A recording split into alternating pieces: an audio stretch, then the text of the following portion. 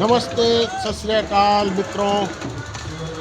विश्व के इतिहास में धर्म एवं सिद्धांतों की रक्षा के लिए अपने प्राणों की आहुति देने वाले सिखों के 9वें गुरु गुरु तेग बहादुर जी के बलिदान दिवस पर उनके चरणों में कोटि कोटि नमन।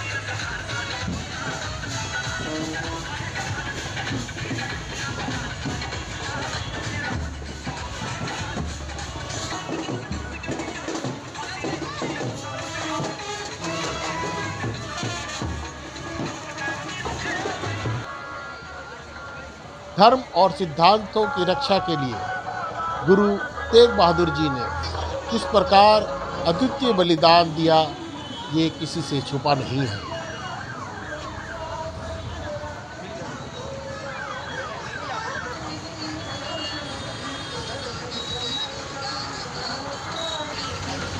गुरु तेग बहादुर जी को हिंद की चादर भी कहा जाता है।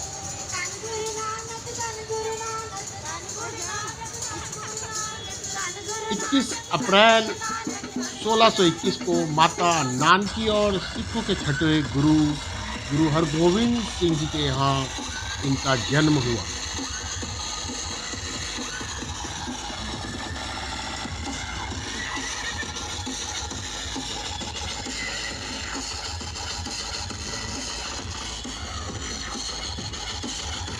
यूँ तो 28 नवंबर को गुरु तेग बहादुर जी का बलिदान दिवस मनाया जाता है, लेकिन रुड़की नगर में 24 नवंबर में ही नगर कीर्तन का आयोजन किया गया।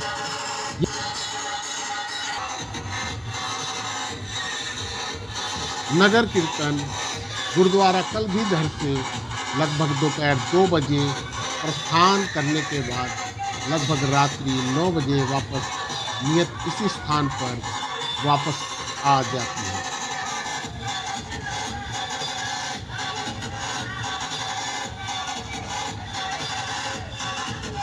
नगर कीर्तन के लिए लोगों ने दिल खोलकर स्थान स्थान पर फूलों की वर्षा करके नगर कीर्तन यात्रा का स्वागत किया।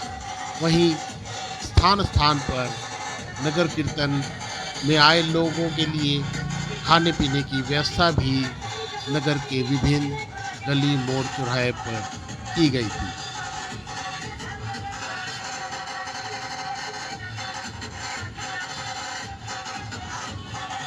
आइए मैं आपको सुनाता हूँ गुरु तेग बहादुर जी की जीवनी के मुख्य अंश। 11 अगस्त 1664 को दिल्ली से सिखों का एक जत्था पंजाब के गांव बकाला पहुंचा। 6 महीने पहले 8वें गुरु हरिकिशन ने अपने निधन से पहले ऐलान किया था कि उनका उत्तराधिकारी बकाला में मिलेगा। बकाला में सिखों की खास सभा बुलाकर गुरु तेग बहादुर को गुरु की गद्दी देने का ऐलान किया गया। एक पारंपरिक समारोह में गुरदित्ता रंधावा ने गुरु के माथे पर केसर तिलक लगाकर उन्हें एक नारियल और 5 पैसे भेंट कर उन्हें गुरु की गद्दी पर बैठाया। वहां से वो अपने पिता के बसाए शहर कीरतपुर गए। उसके बाद उन्होंने कीरतपुर से 5 किलोमीटर दूर एक नया गांव बसाया, जिसे उन्होंने आनंदपुर का नाम दिया। इसी जगह को अब आनंदपुर साहब के नाम से जाना जाता है और वो मथुरा, आगरा, कानपुर, इलाहाबाद, वाराणसी, बोध गया होते हुए पटना पहुंच गए। वहां पर गुरु तेग बहादुर की पत्नी माता गुजरी ने रुकने का फैसला किया, लेकिन गुरु तेग बहादुर अपने अनुयायियों से मिलने ढाका की तरफ बढ़ गए। ढाका में रहते ही उन्हें खबर मिली कि उनका बेटा हुआ है, जिसका नाम गोविंद राय रखा गया, जो बाद में गुरु गोविंद सिंह के नाम से जाने गए।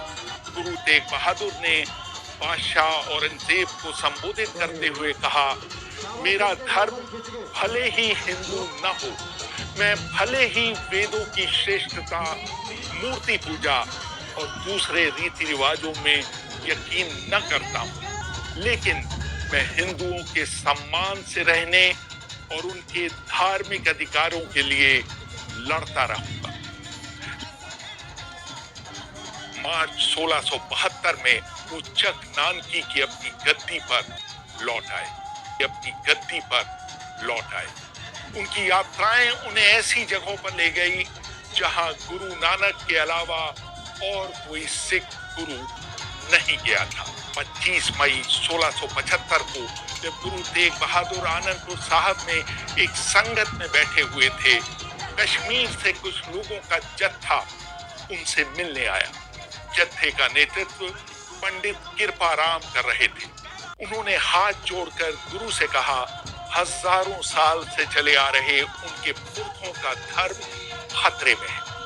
औरंगजेब का प्रतिनिधित्व कर रहे कश्मीर के गवर्नर इफ्तिखार खान ने हुक्म दिया है कि वो इस्लाम धर्म स्वीकार कर ले, वरना उन्हें मौत के घाट उतार दिया जाएगा।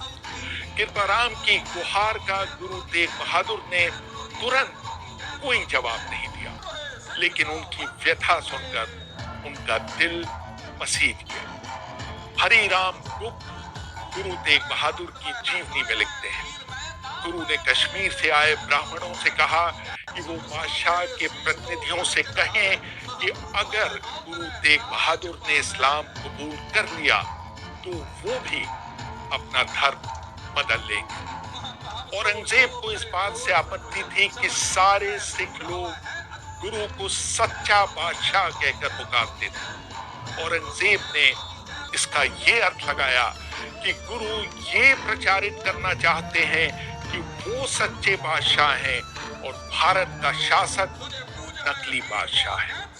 औरंगजेब को गुरु के नाम में बहादुर लगाया जाना भी अखर रहा था, क्योंकि ये नाम मुगल दरबार में मौजूद गणमान्य लोगों को खिताब के तौर पर दिया जाता था। औरंगजेब ने आदेश दिया कि गुरु तेग बहादुर को दिल्ली में उनके सामने पेश किया जाए और उन्हें इस्लाम स्वीकार करने के लिए मजबूर किया जाए, वरना उनको अपने जीवन से हाथ धोना पड़ेगा। गुरु तेग बहादुर ने अपने परिवार और साथियों से विदा ली और घोषणा की कि उनके बाद उनके बेटे गोविंद राय को अगला गुरु बनाया जाए। 11 जुलाई 1675 को गुरु तेग बहादुर अपने 5 अनुयायियों भाई मतीदास, उनके छोटे भाई सतीदास, भाई दयाला, भाई जैता और भाई उदय के साथ दिल्ली के लिए रवाना हुए। थोड़ी दूर चलने के बाद उन्होंने आगे की खबर लेने के लिए भाई उदय और भाई जैता को दिल्ली के लिए रवाना कर दिया। एक दिन बाद ही उन्हें रोपड़ थाने के हाकिम मिर्जा नूर मोहम्मद खान ने मलिकपुर के रंगधारण गांव में गिरफ्तार कर दिया। रोपड़ से गुरु और उनके 3 साथियों को भारी पहरे के बीच सरहिंद ले जाया गया। उसके बाद उन्हें दिल्ली के चांदनी चौक थाने में भेज दिया गया।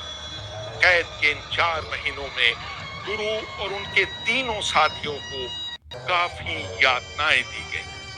गुरु तेग बहादुर के जीवनीकार हरबंस सिंह विरदी अपनी किताब Guru Tegh Bahadur saviour of Hindus and Hindustan में लिखते हैं, दिल्ली में गुरु को उनके 3 साथियों के साथ लाल किले ले जाया गया। वहां गुरु से हिंदू और सिख धर्म पर कड़े सवाल पूछे गए। उनमें यह भी पूछा गया कि वो जनेऊ पहनने वालों और माथे पर टीका लगाने वालों के लिए अपनी जान क्यों कुर्बान कर रहे हैं। गुरु का जवाब था कि हिंदू कमजोर पड़ गए हैं, इसलिए वो नानक के दरबार में शरण लेने आए हैं। अगर मुसलमानों ने भी उनसे इस तरह की मदद मांगी होती तो उन्होंने उनके लिए भी अपनी जान कुर्बान कर दी होती। औरंगजेब ने गुरु के पास कई संदेशवाहक भेजे, लेकिन गुरु अपनी बात पर अड़े रहे। एक दिन जेल के प्रमुख ने गुरु से कहा, बादशाह चाहते हैं कि आप इस्लाम धर्म मान लें। अगर आपके लिए ऐसा करना मुमकिन नहीं हो तो कुछ चमत्कार दिखाइए, जिससे उन्हें ये अंदाजा हो जाए कि आप एक पवित्र पुरुष है। हरबंस सिंह फिरती लिखते हैं, गुरु ने जवाब दिया, मेरे दोस्त, चमत्कार का अर्थ होता है ईश्वर की मेहरबानी और एहसान। वो दुनिया के सामने जादूगरी दिखाने की इजाजत नहीं देता। उनकी कृपा का गलत इस्तेमाल करने से वो नाराज हो जाएंगे। मुझे चमत्कार दिखाने की जरूरत नहीं है, क्योंकि हर रोज हमारे सामने चमत्कार हो रहे हैं।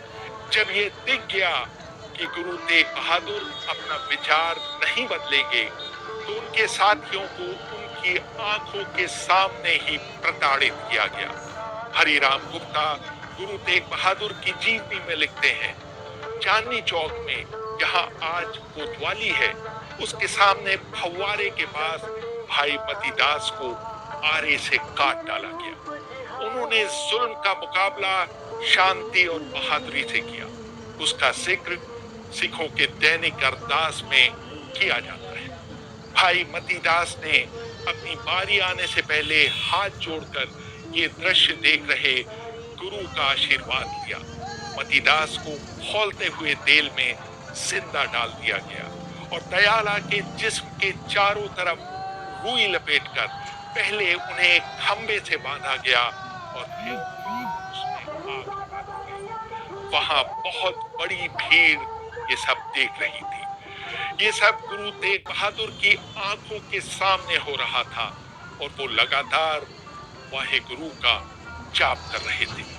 वहां मौजूद गुरु के एक और शिष्य जैता दास ने रात में मारे गए लोगों के पार्थिव शरीर को पास बह रही जमुना नदी में बहा दिया। जिस दिन उन्हें मौत की सजा दी जानी थी, गुरु तेग बहादुर जल्दी सोकर उठे। उन्होंने कोतवाली के पास एक कुएं पर स्नान किया और प्रार्थना की। 11 बजे जब उनको मौत की सजा देने वाली जगह पर ले जाया गया, तो काजी अब्दुल वहाब बोरा ने उन्हें फतवा पढ़कर सुनाया।